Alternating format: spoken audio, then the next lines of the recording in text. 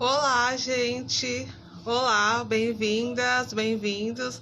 A gente vai começar aqui mais um Conexões Literárias. Eu estou aqui chamando o nosso convidado de hoje, que é o Adriano, é um amigo querido. Oiê! E a gente está esperando ele entrar aqui para a gente começar o bate-papo hoje, que é sobre.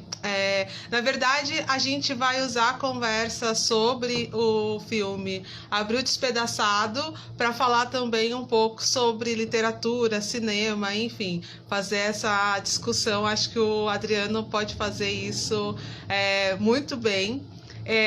Eu particularmente adoro ouvir aquele homem falar: Khadija, um beijo, meu amor, bem-vinda. Entre, sente-se, sinta à vontade. É, e aí a gente está esperando aqui o nosso convidado de honra chegar hoje.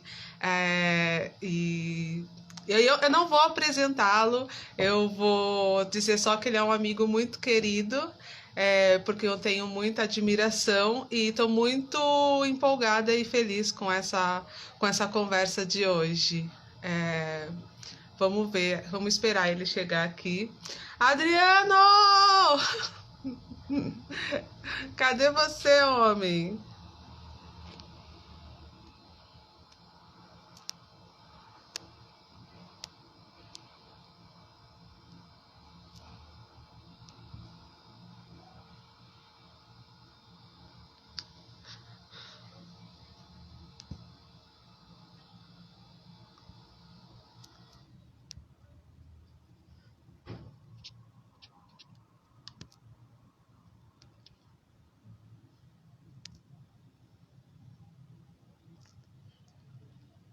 Bom, chamei ele de novo aí, vamos ver se ele atende ao nosso. Ele chegou, gente, ele chegou, o nosso convidado de hoje chegou. Roda. Venha! Oi, Simeia! Oiê! Tamo aí. E aí? Tudo bem, amor? Tudo bem, meu bem? Tudo bem, tudo bem. Tô meio Ah, nervoso com essa live. imagina! Vai ser. Tá bom o Enfim, enquadramento? tá ótimo, tá ótimo. Eu tava falando aqui antes de você chegar, do quanto eu adoro ouvir você falar. Adoro! Bom, que bom. Adoro! Então, eu não quis te apresentar, eu só disse que Uhum. você é um amigo muito querido, por quem eu tenho admiração e respeito máximo.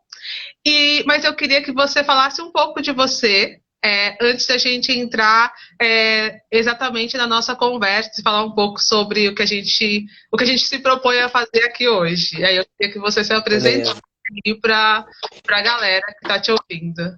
Uhum. Então, meu nome é Adriano, né? Eu sou doutorando no momento na UDESC, né? Sou vinculado ao AIA, que é o Laboratório de Estudos Pós-Coloniais e Decoloniais.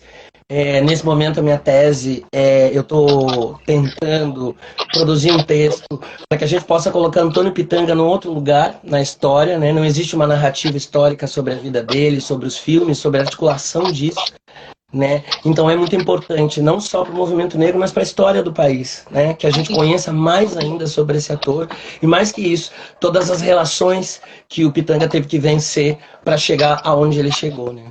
E isso é uma tônica para todas nós pessoas pretas. Então, nesse momento é isso, mas minha formação é história, eu sempre tive relação com o cinema. Meu TCC envolvia cinema, eu já pensava o cinema ali.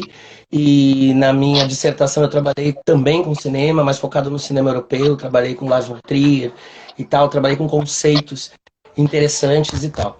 E agora, nesse momento, de novo, né, com cinema e tal, então assim, é uma paixão para mim o cinema, é algo que me movimenta, que me move, que me dá Sim, calor, vontade de viver, né? sim, isso para mim acho que foi uma das coisas que ficou muito evidente desde que eu te conheci, assim, do quanto você ama cinema e do quanto isso para você é algo muito especial, assim. E aí depois eu Uhum.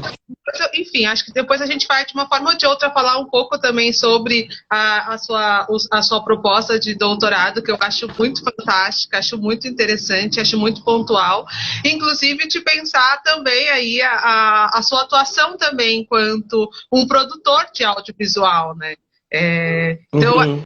também fala desse espaço, né? Você fala não só desse historiador que está envolvido com a discussão do cinema, mas também se propõe a construir narrativas a partir do cinema, né? Isso é muito importante e muito especial, e aí depois eu quero ver se a gente consegue ter um tempinho para falar sobre isso também.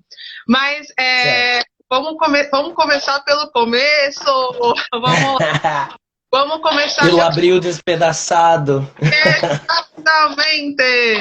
Gente, e aí é muito doido, porque quando você me falou sobre esse filme, me remeteu muito ao momento que eu li o livro. Eu li o livro há alguns anos, e eu li o livro antes de assistir o filme. E aí foi uma experiência. Eu acho que foi, eu não me lembro exatamente, mas acho que foi antes de assistir o filme. E eu me lembro que foi abriu inúmeras portinholas dentro de mim, sabe, assim, porque a ideia desse canum, desse código, né, moral que rege a vida das pessoas e que constrói limites para elas, né, e impõe esses espaços quase como uma sina, né, me remeteu muito a determinadas experiências minhas, inclusive, né? Mas eu queria que você falasse um pouco sobre o filme, falasse um pouco sobre a discussão que você traz sobre o filme, para a gente fazer esse contraponto e começar a conversar um pouco sobre essas impressões que a gente vai tendo, essas leituras que a gente vai fazendo da vida, né? E das coisas que nós dos textos que nos vão sendo dados, né, de diversas formas aí, né, inclusive pelo audiovisual. Então, eu acho, primeiro esse filme é um impacto, né? Eu acho que ele é impactante, eu acho que eu sempre gosto de dizer esse filme, a primeira impressão que eu tenho dele é espantosa. Eu vi esse filme pela primeira vez na sala da casa de uma amiga, da Celina, e eu ia embora de Florianópolis para Salvador. Então eu estava num momento de transformação na minha vida muito profundo. E essa coisa, né? Os filmes, eles se relacionam conosco de maneiras das mais diversas, e eu acho fantástico isso, quando o filme dialoga com a tua própria experiência. E quando você olha para essa experiência dentro do filme, fora dele, abre a experiência humana no tempo, no presente, né? E que eu acho que é isso que esse filme traz. Ele traz essa questão do tempo. Para mim, esse filme é um filme sobre o tempo, sobre a tradição como algo que aniquila a possibilidade do ser dentro do tempo. Essa tradição que o filme traz, né? A violência, que é uma tradição na relação humana. Né? Então, de certa forma, eu acho que o Walter Salles faz uma transcrição fílmica do livro fantástica. Ainda que ele subverta o final, que ele mude, né? Quem lê o livro sabe que isso está centrado num cenário na Albânia, no Kosovo, naquela região ali. E ele consegue... O que é isso, né? Isso é a questão que isso é pluriversal, não é nem universal, trazendo uma perspectiva bem decolonial para a gente não pensar o universo, porque o universo reduz. A gente tem pluriversos ali. E para dentro dessa... Trazendo para o Brasil, para as relações daquele momento, né?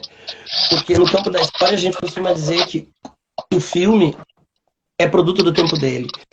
Né? A Beatriz Nascimento diz isso, que ali estão os lapsos, que ali é do tempo dele. O Marc Ferrot, que é um historiador que pensou cinema mais nos anos 70, 80, em 60, 70, 80, também diz a mesma coisa. Mas eu fico aqui com o pensamento da Beatriz, porque é mais próxima e é mais potente, né? Porque ela também está fazendo essa crítica ao cinema nacional e tal. Então, eu trago essa fala da Beatriz para pensar essa potência, para pensar esse filme que revela lapsos de uma sociedade, lapsos que escapa ao próprio diretor quando ele faz algumas escolhas específicas dentro do set. E isso interessa para nós no campo da história. Qualquer elemento ali é fundamental para pensar, né? Porque a ideia é a gente ver o avesso do filme, né? Na proposta para analisar uma sociedade a partir de uma experiência. né? E essa experiência é múltipla, porque a experiência do diretor, dos atores, das atrizes, enfim, de todas as pessoas, né? Dos produtores, das pessoas envolvidas na construção do filme. E isso eu acho que é uma coisa impressionante. Mas centrando na pergunta que tu fez, é um tripé, né? Que eu acho. Eu estava fazendo aqui alguns esquemas que eu adoro para poder falar. E é isso, é um triângulo fantástico, que na base a gente tem o tempo, que minto, na ponta a gente tem o tempo, e na base a gente tem tradição e liberdade. Uou! Porque é isso que está colocado ali, né? Tradição Perfeito. e liberdade. Quem é o Tonho? Quem é o menino naquela história? Né? O menino é quem rompe com a tradição, é quem rompe com o tempo, né? E tem um texto que é bem legal, da Denise Bortolini, que fez um artigo em que ela fala, né? Faz a leitura tanto do livro quanto do filme, e faz uma leitura muito interessante. E ela traz os elementos, né? E aí é quando os pensamentos se encontram, porque eu também pensava na questão do tempo, mas eu não tinha identificado os elementos, e ela identifica os elementos que marcam o tempo, né?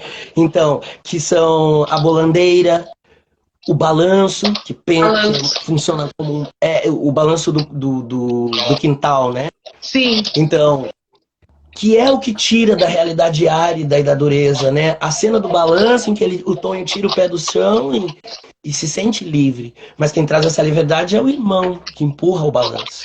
Sim. E que depois entrega a própria vida para que isso aconteça. Assim, dando uma geralzona do filme pra gente poder pegar alguns pontos, porque tem momentos ali que são emblemáticos, principalmente quando tem a cena do menino com o Tonho, em que os bois não estão com a cangalha na bolandeira, não sei se... Essa cena é fantástica, porque ele pergunta por que eles continuam por que eles continuam? E essa é uma pergunta humana.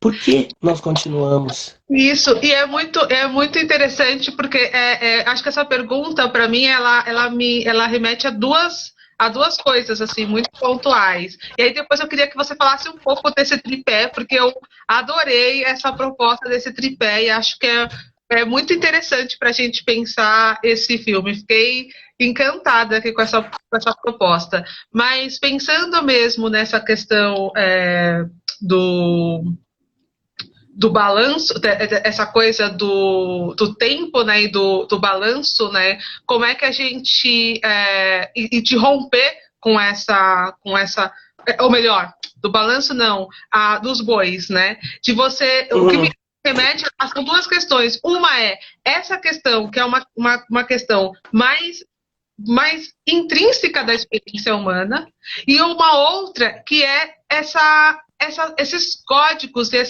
essas condutas, né? Esses hábitos que são passados para nós de geração em geração, né? Meu pai ensinou para o meu pai, né? Assim, e tem eu me lembro do avô, acho que era o avô dele, né? O avô dele que fala para ele, para o Tonho, né? Que ele aprendeu aquilo com o pai, que aprendeu com o pai também. E que vai ser assim até ele morrer, né? Que é o cego, né? O senhor que é cego da outra família. Sim. Porque a vingança é cega. Sim. Porque a vingança é cega. Então, aquele senhor cego tá dizendo disso, né, Simeia? Tá dizendo disso. A gente não tá vendo as relações acontecer, né? Sim. E aí, isso me remete muito ao livro e ao código do Canum, né? Que é esse código também extremamente rígido que rege toda a estrutura daquela sociedade que vive ali nessas regiões montanhosas da Albânia. E aí, aí depois por trás você consegue perceber as relações de poder, inclusive, em relação àquele processo. Que aí me remete muito aos bois, sabe? E é toda a estrutura que tem por trás daquilo ali. E que às vezes a gente não enxerga, a gente não vê, e aí a gente... É isso, né? Eu me torno cego, eu não vejo isso, eu simplesmente continuo a reproduzir este modelo, essa estrutura, né? E aí eu não consigo falar disso sem pensar em nós, pessoas negras, vivendo nesta sociedade racista, sabe, assim? E aí eu fico, enfim, porque quando eu comecei a pensar, quando eu li esse livro, quando eu vi aquele código, quando eu me dei conta daquele código e de como aquilo era dado como algo real e verdadeiro e que não era algo a ser discutido, né? Não se discutia aquilo, e a gente vê muito isso na fala desse avô que diz, desse avô cego que diz pro Tonho que ele foi assim e assim será, né? É quase como isso, né? A gente sabe muito isso. E aí, o que me remete muito ao que você trouxe sobre esse tripé. E aí eu fiquei muito interessada em entender mais esse tripé aí da... Pode falar. Eu acho que tem questões muito interessantes e eu acho que esse tripé ele é fundamental para a gente poder fazer aquilo que a gente chama em história de análise fílmica, de abrir o filme, né? Porque tem duas possibilidades, né, Cimé? Mais de duas, mas eu vou colocar aqui duas. Você vê o filme enquanto espectador e vive toda a emoção e todas as experiências psíquicas que esse filme possui, porque o filme tem uma relação profunda, né? Ele vai ficar dias na nossa mente, semanas, meses. Um filme pode mudar o teu humor e um filme pode definir. Se eu disser que tu teve uma tarde almodovariana, uma profusão de imagens e coisas definem essa tarde, né? Então você já vai imaginar uma tarde em que, no mínimo, vai rodar Chavela Vargas e coisas do tipo. Cores de Almodóvar e tal, então a gente vai montando o cenário. E eu acho que para responder, né, para tentar pensar esse tripé, que o Walter Salles faz uma coisa muito boa para montar isso. Ele não é ele não traz o livro para a tela, é uma livre adaptação, em que ele não larga a essência, a alma desse livro, e é por isso que o filme é tão feliz. Porque às vezes a gente fica meio de cara quando um filme não representa o livro, né? Mas eu acho que isso é uma possibilidade que esse filme faz e que eu gosto muito. E nesse tripé de tempo, tradição e liberdade, o que não permite que a coisa se mantenha equilibrada é a tradição, que está interferindo no tempo e na liberdade. Porque se a gente pensar a tradição segundo a nossa perspectiva da nossa matriz africana e na diáspora, a gente vai pensar, a gente não diria tradição, a gente diria ancestralidade. Sim. Porque a ancestralidade não nos congela no tempo. Sim. Tudo que foi amealhado ao longo de séculos e séculos da experiência dos nossos ancestrais vem para contribuir. Então a ancestralidade não é necessariamente essa tradição congela o tempo. E muito mais que congelar o tempo, não te permite sentir os outros tempos. É isso que aquela família é. É isso que nós somos enquanto uma sociedade nesse momento, principalmente. Congelados, nós somos os bois. Sim. No geral. E alguns de nós são meninos e outros de nós somos Tonho. Mas no Brasil, nesse momento, existe um gado imenso. Sim. Existe um gado imenso. Então aquela metáfora me faz pensar no gado atual. E aí o tripé, né? Então tempo e liberdade são explodidos por uma ideia de tradição. E o Walter Salles sabe disso e vai nos provocando com relação, vai trazendo elementos simbólicos que a gente não lê imediatamente, porque não é técnico, porque está ali enquanto espectador, mas todos esses elementos simbólicos a gente sabe que trabalham na forma psíquica de ser, para pegar uma palavra compreensível a todos, porque eu podia trazer essa palavra do universo que eu tenho mais relação, que é o mundo do candomblé. Mas aí a gente vai trazer elementos que talvez as pessoas não reconheçam. Mas usando essa palavra, eu acho que eu consigo dar conta desses elementos. Então, o filme ele passa o tempo todo tentando dizer, olha, o que a gente está lidando nesse momento é como que a gente está vendo o tempo, que é essa relação de um passado que se manifesta eternamente ali, e aí aquela expressão da história do tempo presente é um passado que não passa, Sim. Um passado que permanece, e esse passado não se resolve no presente, e ele começa a determinar um futuro. Sim. E esse futuro é sem liberdade. Esse futuro é um futuro que você está preso à violência. Então, eu acho que fala muito da gênese da nossa sociedade. Levar isso para o sertão nordestino, eu acho que é muito emblemático para a gente pensar na própria gênese da nossa origem, né, nas experiências que estão inseridas. E aí o lapso. né? Walter Salles é brasileiro, Walter Salles. Ele se diz um diretor humanista. Eu acho que foi no Estadão que eu vi uma, uma entrevista dele. Ele diz: eu sou um diretor humanista, eu me interesso pela. Então ele muda o final, né? Porque no livro, como é que fala o nome? Jorg, né? É, Ele morre. Jork, isso, Jork. É, Ele morre. Quando ele vai ao encontro da Diana, né, que é essa figura, que também é muito interessante, que é essa figura que vai contestar essa tradição, né, do Canum. Porque uhum. é a mulher que vai olhar de fora isso, que ela é levada para as montanhas albanesas na lua de mel dela pelo marido, que é um escritor e que romanceia o Canum na sua literatura, e aí ele leva a mulher para ela entender esse código, porque para ele olha para isso com um olhar meio... esse olhar de fora, mas um olhar meio exotificado, né? Olhando essa estrutura e vendo isso tudo como uma coisa muito, muito interessante. E aí ela chega, olha para aquilo e diz: isso é como assim? Como essas pessoas não param para pensar e não. E aí ela tem diálogos, eu não vou me lembrar muito bem, porque, enfim, faz um tempo eu retomei algumas coisas agora para nossa conversa, mas não tive tempo para ler o livro novamente, eu queria poder relê-lo.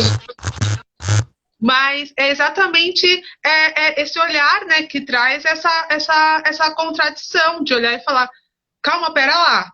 E aí, quando o Jork sai ao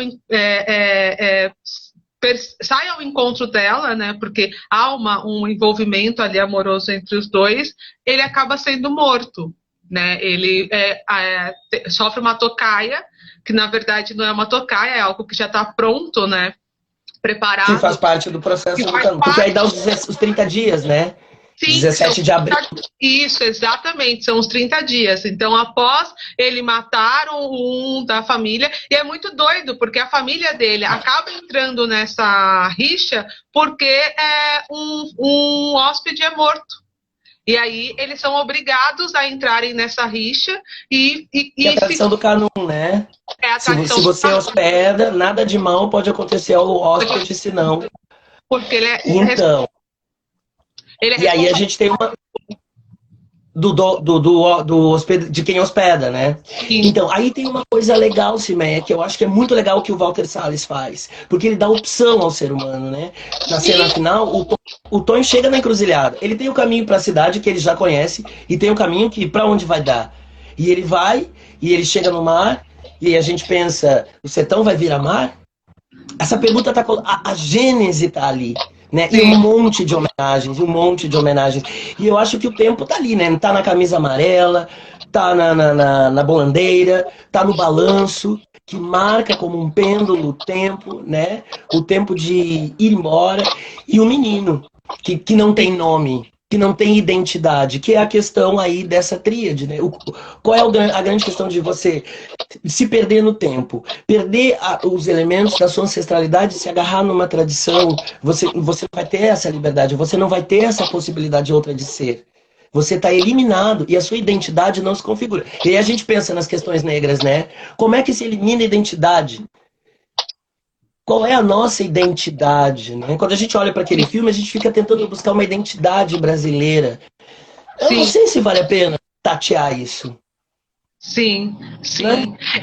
E para mim, eu acho que é uma coisa que você traz, que para mim ficou muito. Acho que são dois pontos aí e que eu gostei muito que você trouxe, que é essa coisa da encruzilhada, e aí eu não consigo falar de encruzilhada sem falar de Exu. Exu. Laroie. E a questão da. Porque para mim essa coisa da encruzilhada é muito pontual, né? Que é fantástico essa ideia da encruzilhada de caminhos, né? De possibilidades, né? E aí eu acho isso fantástico. E quando você fala sobre a liberdade, né? Sobre como é que o Walter Salles vai trazer ele traz esse elemento da liberdade, né? Que no livro do Ismail, o livro no livro não há. É desesperador você acompanhar aqueles 30 dias daquele garoto, um menino, que em nenhum momento você consegue vê-lo como um assassino, porque ele não é um assassino, né? Ele não é um assassino. Ele só é um menino dentro daquela lógica perversa. E aí a gente pensar essa lógica perversa, né, que nos amarra, e aí nos amarra, né, e constrói uma ideia estratificada de nós, né? E aí eu não consigo parar para não pensar na nossa condição, na nossa experiência de pessoas negras, vivendo essas experiências pautadas dentro de uma ideia, né? Seja essa ideia numa perspectiva do outro, né, nos olhando, e que vai dar para a gente elementos e que vai dizer a nós como isso tem que ser e como é que isso vai seguir, né, para uma vida toda, né, esses lugares que nos são dados socialmente, né, por essas categorias, quase como algo dado e que não pode ser, né, como se não pudesse ser transformado e como se não pudéssemos repensá-los. Enfim, eu fico pensando muito nisso, assim, eu não consigo não pensar sobre isso, sabe? Quando eu li o livro e quando você me traz essas questões, e aí para mim é muito importante. Eu estava conversando com um amigo hoje de manhã e estava falando para ele sobre como para mim é importante perspectiva, sabe? Uhum. Eu ver sem imaginar as perspectivas. Eu preciso ter perspectivas na minha vida. E aí, para mim, eu acho que o filme é muito especial porque ele traz perspectivas, né? Há uma perspectiva. Exato. Tudo bem que a gente sabe por que há uma perspectiva, né? Uhum. É que eu acho que o grande lance é que o filme. Não é que eu não acho que o livro seja. Que vá defender essa prisão, mas acontece que o filme, eu acho que aquele final é um final aberto, né? Porque ele só chegou no mar, então é um final aberto, mas ao mesmo tempo é esse final que te dá um respiro. Porque, sabemos, o João Guimarães Rosa diz uma coisa: viver é um negócio muito perigoso. Né? E é isso que tá. É um negócio perigoso. E se você é preta, o negócio é mais perigoso ainda. Se você é pobre, o negócio é mais perigoso ainda. Preto, né? E pobre. Se você é gay. E se você começa a se assumir, tipo no meu corpinho, né? Que é pobre, que é preto, que é gay, que é isso, que é tudo aquilo que rompe, né? Com uma estrutura que não tá preparada para esses corpos. Sim. Então eu acho que Tonho é esse ser em transformação, é esse vir a ser como potência, né? Como potência, fora da ideia de tradição, porque a tradição é uma cilada. Eu venho do Rio Grande do Sul, que com todo respeito é um estado cheio de tradições, mas me desculpe, né? Me desculpe, existem tradições ali que são... e não só no Rio Grande do Sul, mas eu estou falando pontualmente de onde eu venho e de onde eu conheço algumas tradições. Que eu sei que muitas dessas tradições são armadilhas racistas, sexistas, né? E que eliminam e excluem a possibilidade de ser. E é isso que o menino faz com o Tonho. Você tem que ser. Sim. Né? E tem que, para isso, um de nós dois tenha que abrir mão de alguma coisa. Sim. Né? E o menino é aquele que não tinha identidade. Ele tem identidade. Porque ele deixa de ser um menino e passa a ser o Pacu. Sim. É o único que ganha identidade. Sim. E por isso sai do plano criador. Sim. Eu penso assim, saiu do plano criador, porque... Ok, né? Eu já venci essa etapa da experiência. Eu reconheço isso, eu vejo, né? E é muito legal porque o Walter Salles dá os... Isso, é fantástico isso, Adri, que você traz sobre fantástico. Isso é fantástico de pensar como é que ele olha para isso e ele é o único que vê aquilo e diz, gente, isso não faz sentido. Isso não faz sentido, exato. E na passagem que acho que a Clara, né, dá o livro para ele, ela pergunta, você sabe ler? E aí ele diz, eu sei ler as imagens. Sim. É o filme tem poucos diálogos, é um filme longo, um filme de imagens, né, onde as imagens falam mais que o texto. Aliás, imagem é texto, texto é imagem, né? Mas essa São imagens que falam. Na primeira cena de enterro, tem enquadramentos ali que te fazem pensar em pinturas renascentistas, que te fazem pensar no próprio Nordeste, que te fazem pensar na seca. E aquelas pinturas renascentistas me fazem pensar a ideia de civilidade, a ideia branca de civilidade, né? Então, assim, quem é aquela gente e tal? Porque civilidade é um conceito da branquitude. Sim, sim.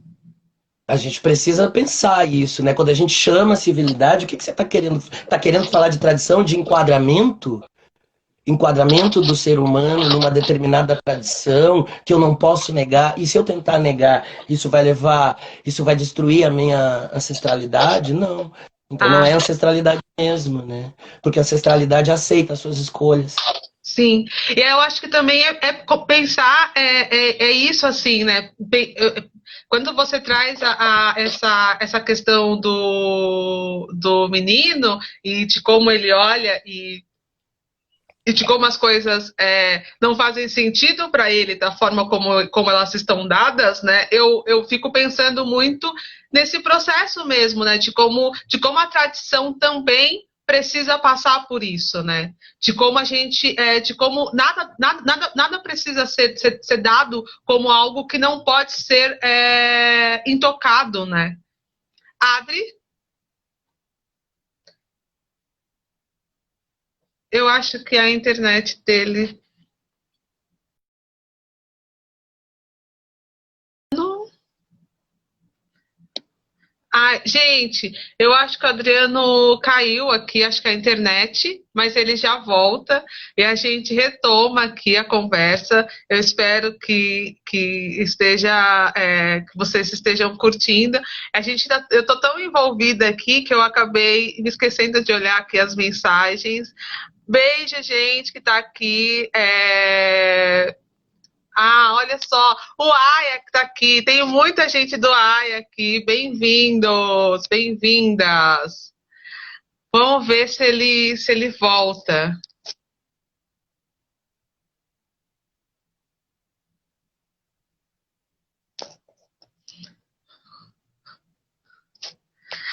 Ai, que bom, Carol! Carol é a nossa próxima, a nossa convidada. Ela deve estar aqui conosco em setembro, né, Carol?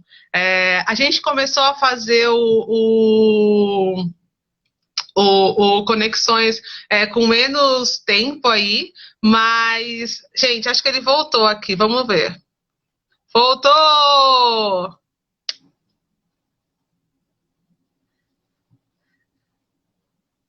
Voltou, vamos lá. Odeio a internet.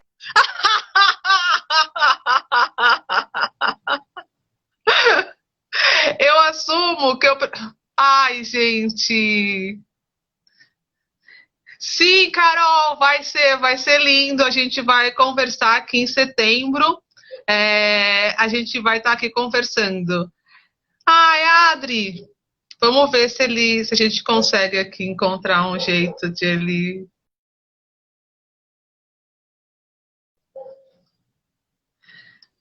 Acho que a internet dele não tá. Enfim, gente, coisas de pandemia e de internet e dessa vida remota. Fafi, um beijo, meu bem. O Will, olha só, o Will tá aí.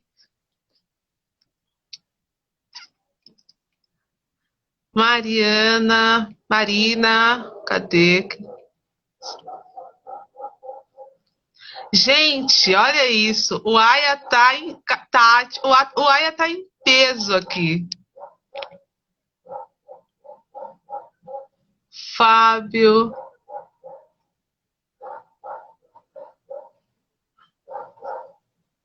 Volta, Adri! Isso!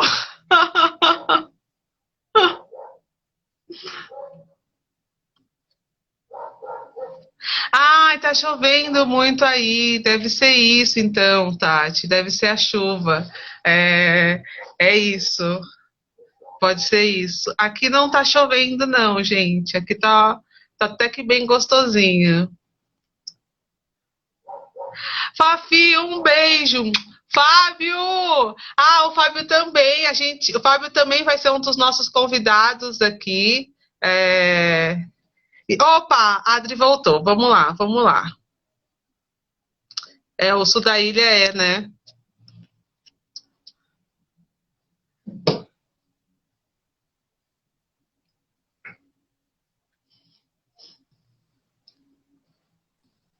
Oi, gente, problemas sérios aqui. É o meu celular. Tá com Ah, algum problema. ah! Peço desculpas, mas não sei o que tá acontecendo já. Ele Fica, tem se desligado. fica. Eu pensei Mas, que fosse a da onde a internet. gente parou? Então, eu pensei que fosse a internet. A gente parou nessa. Eu tava falando sobre o menino, né? Como é que ele olha para isso, e aí eu fico pensando na importância de a gente começar. De como as coisas precisam fazer mais sentido, né? De como essa ideia dos bois, né? De ser uma boiada que simplesmente repete uma tradição, porque né, você repetir uma tradição sem senti-la, sem vivê-la efetivamente, né? Porque se você vive efetivamente aquilo não faz sentido, né? Mas eu acho que esse é o grande elemento da tradição. Não fazer sentido, mas você seguir. Isso. Não é? Quer dizer, eu sigo a tradição, mas se essa tradição não está relacionada com elementos que te estimulem a ser, né? A tradição, como eu estava dizendo, ela é um elemento da civilidade, às vezes, né? Nem sempre. Mas ela é um elemento que vai te enquadrar numa determinada, vai redefinir a sua identidade a partir de coisas que não pertencem necessariamente a você. É você que pertence àquele grupo, mas você pode não se sentir pertencente. As chaves aí são bastante diferentes e profundas, né? Mas eu acho que o menino, ele marca essa possibilidade da construção das identidades, né? Que a construção das identidades passa por romper com determinadas tradições. Como é que eu constituo a minha identidade negra se eu não romper com um monte de tradição que está colocada para me redefinir, Sim. né? A gente ontem estava vendo um outro filme, que é na disciplina da professora Cláudia Mortari, que é Sarafina. Foi fantástico, a Emília estava comentando que foi... Cara, o filme é fantástico. Não, eu perdi a aula. Espero que a sua aula foi fantástica. Mas a ideia da tradição, né? A ideia de que isso não é legal. E aí a pegada do Walter Salles, quando ele diz que ele não é e que ele é um documentarista que faz ficção. Por isso a obra tem essa pegada, porque ele vai romper com certas perspectivas da narrativa fílmica, que te dão certas condições, né? Então ele implode um pouco. O Rodrigo fala aqui sobre o cinema destrói a tradição. Se ele for construído nesse sentido. O Walter Salles tenta dizer, olha, essa tradição aqui, e ele não está falando só do canum, porque o que ele traz é o canum para o sertão nordestino, mas ele está dizendo toda e qualquer tradição, né? E a liberdade, ela é o elemento do filme, né? Quando a gente pensa na cena da corda, da Clara girando, e depois girando o Tonho, e girando, e girando, e girando, aquilo... Esse giro, essa volta, esse movimento todo que implica em sentir algo. Então ali é a hora de dizer, tá, agora eu faço a pergunta a partir do filme, quantos de nós giram a corda interna? Nesse momento. Né? As pessoas ficam... Eu ando meio de saco cheio das pessoas, sinceramente.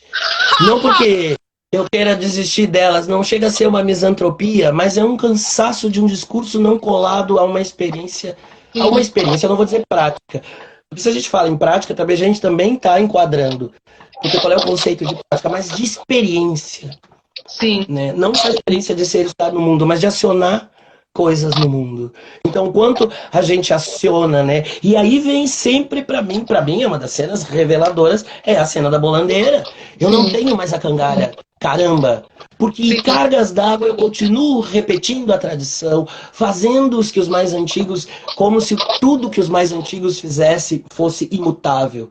Sim. E aí, pensando de novo a partir de ancestralidade, é diferente. A mutabilidade. E se ela não houver, nós ficaríamos congelados, né? Sim. Então, assim, o que esse filme faz é abrir um presente.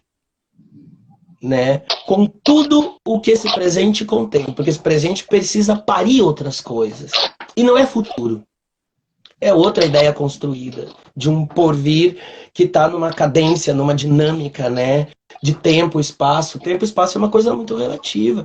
Eu posso dizer que eu estou no sul, porque a gente está olhando de um lugar. Se eu olhar do cosmos, e o tempo é cósmico, eu não estou mais no sul. Porque no universo, nos pluriversos, cima e baixo, não existe. Não existe. Os tempos são relacionais. Né? Então o tempo linear e o tempo circular que o filme traz, ele é uma prisão. Sim. E a gente costuma falar, não, o tempo circular, eu vou ficar eternamente segurando. Né? Foi uma das questões que eu achei muito interessante quanto nesse processo de começar a falar um pouco sobre essa ideia de estratos do tempo, né? Que foi essa noção de que eu me toquei sobre o quanto a circularidade ainda é uma linha. Né? Exatamente. Essa linha que termina em si mesma, né? Então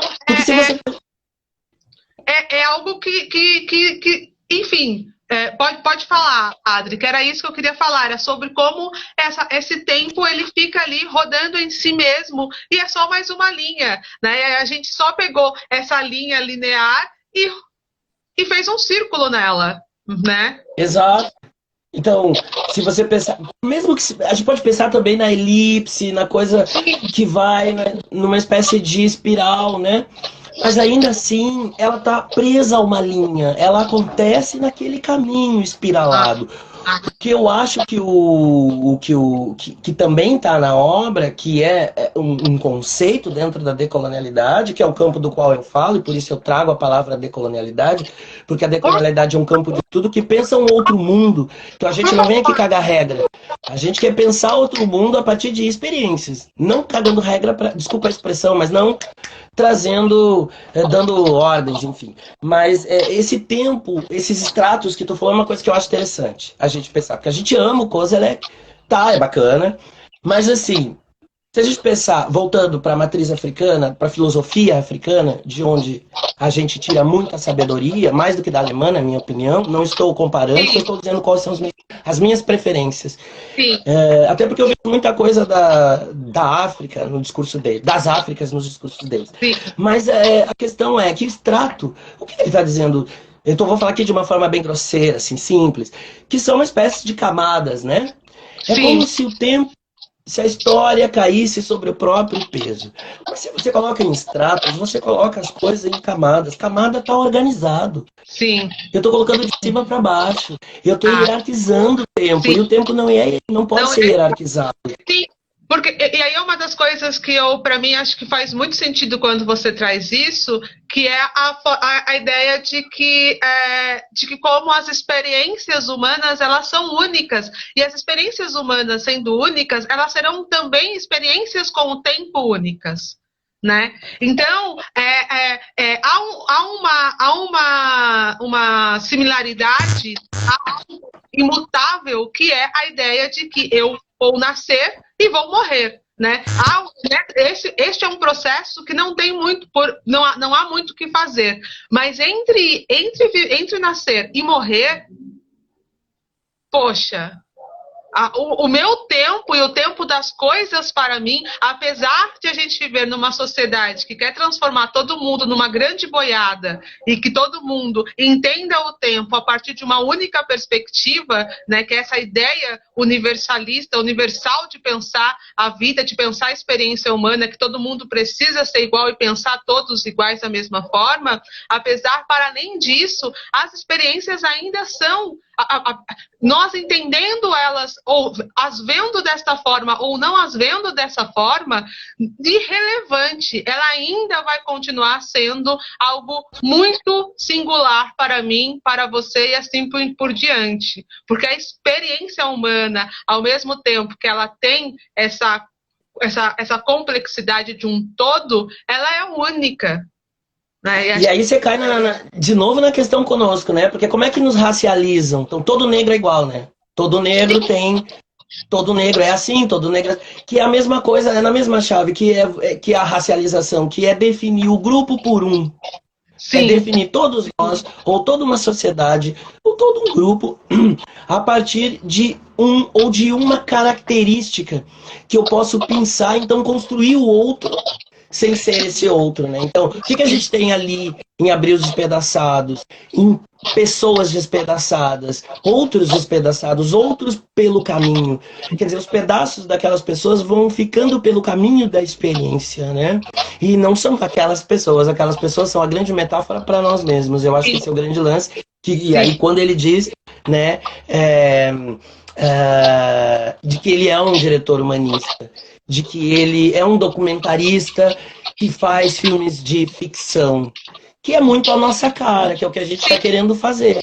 sim. Trazer essa relação para que Ah, a experiência, as experiências humanas se sintam mais contempladas. sim. Não tem uma coisa única ali. Tanto que a gente tem um livro que se passa na Albânia, né, adaptado para uma outra realidade. Sim, e ao mesmo tempo que é adaptado para uma outra realidade, é uma nova história, né? É uma nova história que se conta ali, em que tem esse cerne, né? Essa essência, que é essa ideia dessa tradição que está ali marcada e estruturando, né? Essa nova narrativa, né?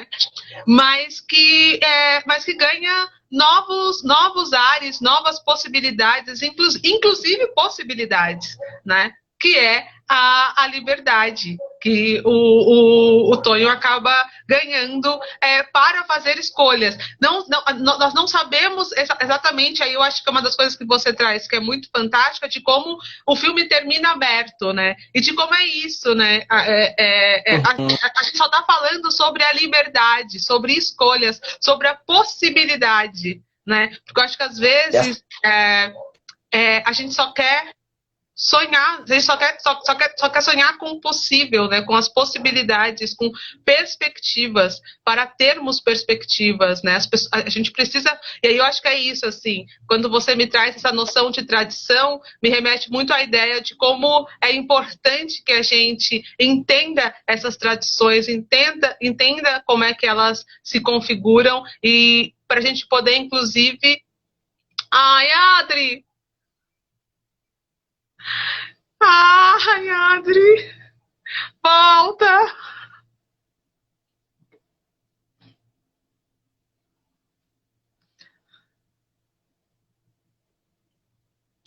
Gente, a gente vai conseguir. Acreditem.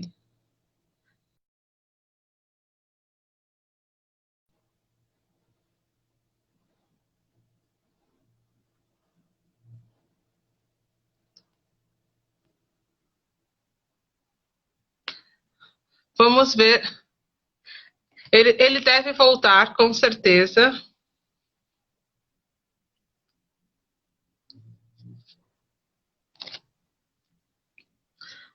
Aguardemos. E aí, gente, essa internet tá sacaneando. É o melhor, esse celular não está sendo muito bacana conosco. Quando a gente começa a se empolgar aqui, ele vem e diz calma.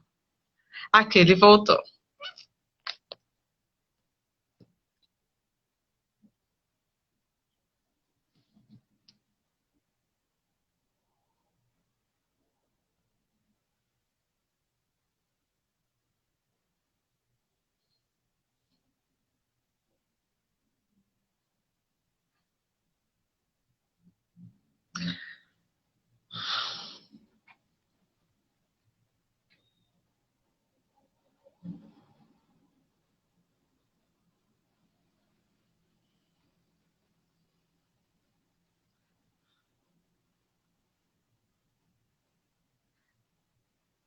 Adriano.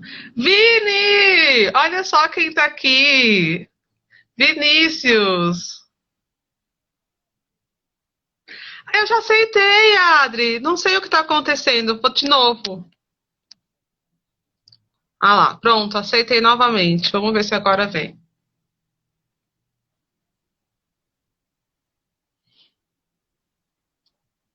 Uai, por que não tá indo?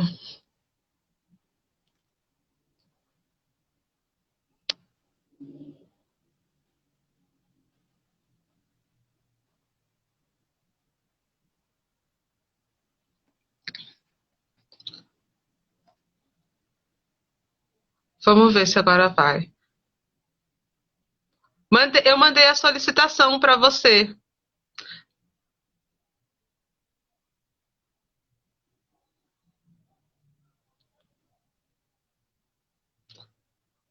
Manda de novo a solicitação para mim, Adri. Manda de novo. Porque eu tô te mandando, mas eu não sei o que tá acontecendo, que você não tá vendo. Me manda novamente. Ah, aqui. Chegou.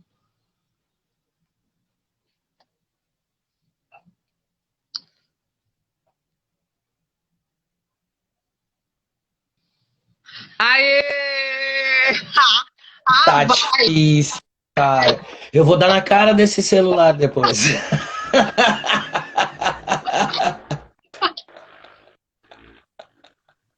Porque eu sou dessas. Sim.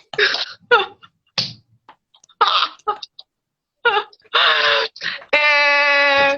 Bom, enfim, a gente estava conversando sobre a questão das possibilidades, né? A ideia das possibilidades. E aí, dentro dessa lógica das possibilidades, eu não sei, eu queria saber se você gostaria de falar mais alguma coisa, se você tem mais alguma coisa para falar sobre o filme, porque aí eu queria falar um pouco também sobre o que você está propondo, né, em fazer na sua discussão do doutorado, que eu, inclusive, ainda acredito que você virá aqui falar sobre isso conosco. Adriano?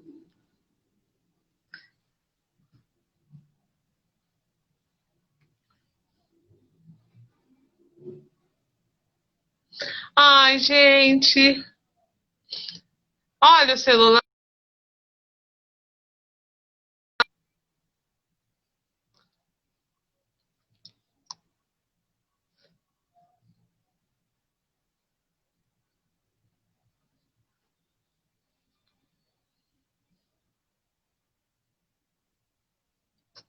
Poxa. Pois é, Kali. Eita.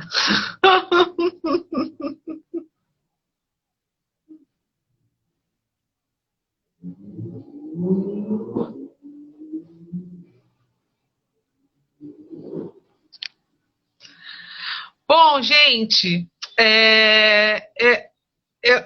a gente já está indo para os finalmente. Ele está voltando aqui. Vamos lá, vamos tentar.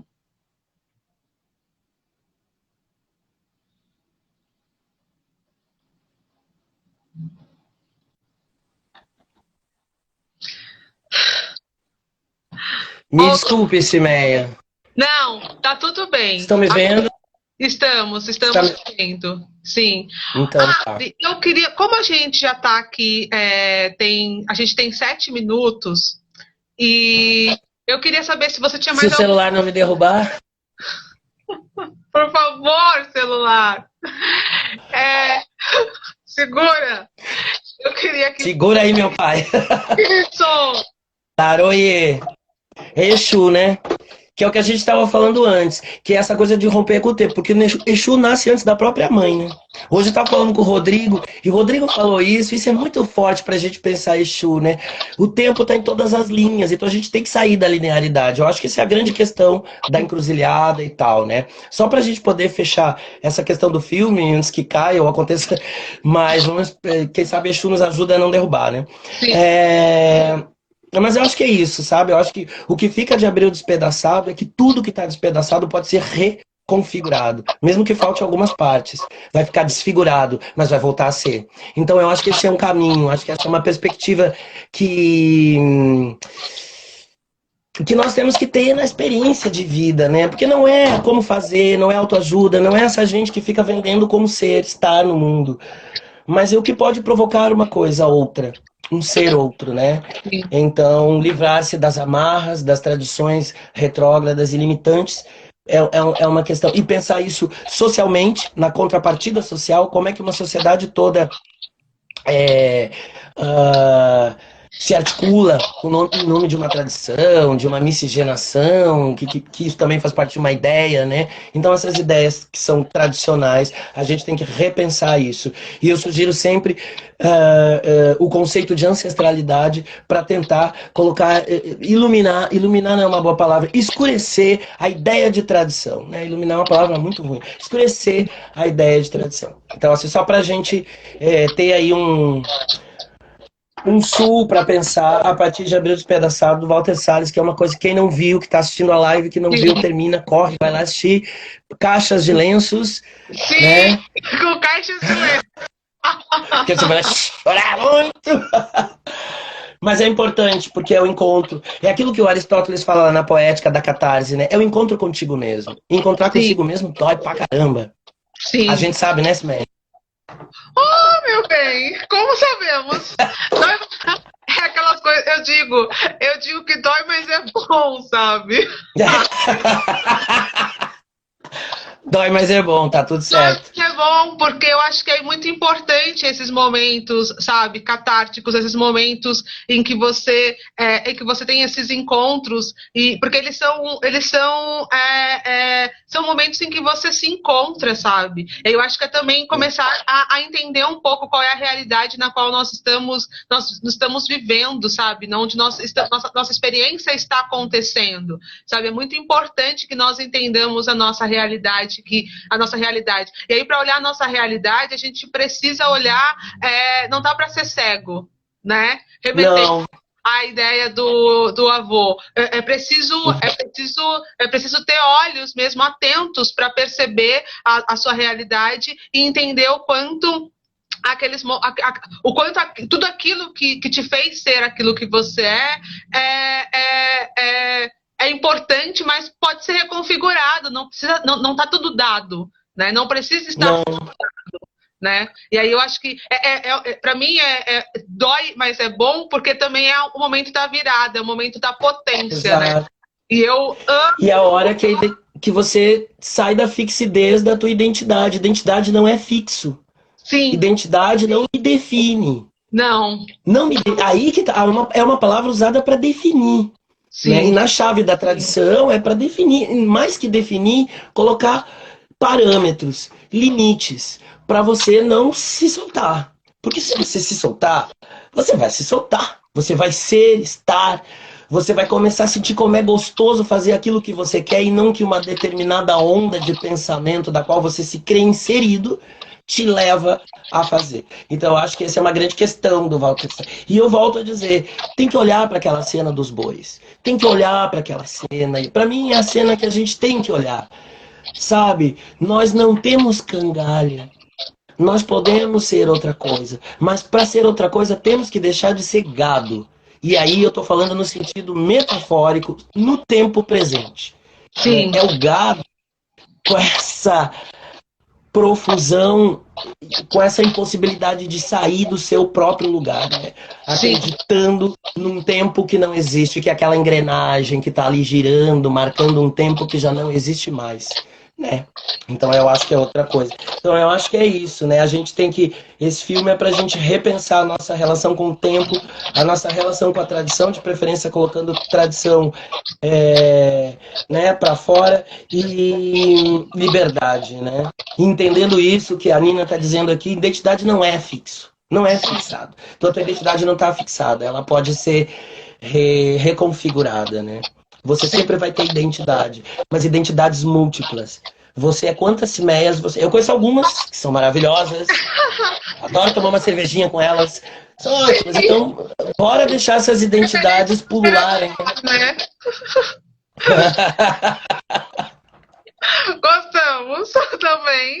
Gostamos muito. Muito. Nossos encontros são sempre muito potentes, é sempre muito especial. E este foi mais um desses que foi extremamente potente. Amei a discussão. Quero que você venha de novo. E aí, já bora, só chamar aqui para você. Chama nós.